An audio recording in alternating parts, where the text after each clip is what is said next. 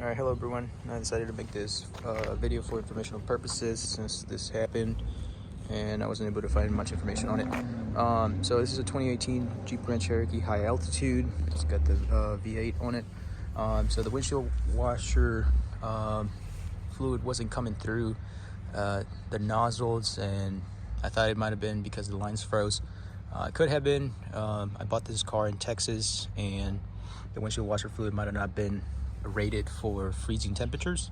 Now we're in Virginia and we had some very cold temperatures, so there I found out that the fluid wasn't coming through the nozzles, so I opened the hood up and tried running it and realized that there was a leak from the hose.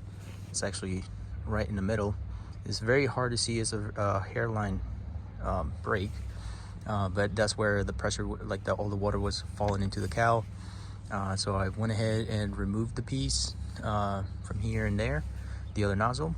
Mopar does not sell the piece individually. They sell the whole windshield washer hose assembly. And they sell it for $16. If you call the dealership, at least the ones around my area in Virginia, they wanted $28 for them. So I decided to go to Advanced Auto Parts and get a piece of generic rubber tubing. Make sure it was the right diameter, and I'll show you guys in the receipt. It actually has the dimensions. So yeah, so I replaced that.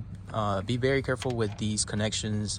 They were old and brittle, so the rubber actually stuck to the end of the nozzle, and while trying to pry it, I actually broke that end of the nozzle, so I had to buy a new nozzle.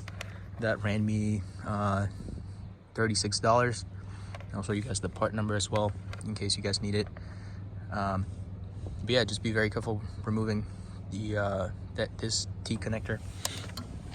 But it runs now. Did not videotape the installation. It was a pain in the butt, and I won't take it off. But here is the pricing. So for the tubing, the rubber tubing, it's a 5 by 30, 32 by 50, and it was $316 total after tax. And for the nozzle, the part number is that 6826043888. It's the nozzle for the 2018 Jeep Grand Cherokee.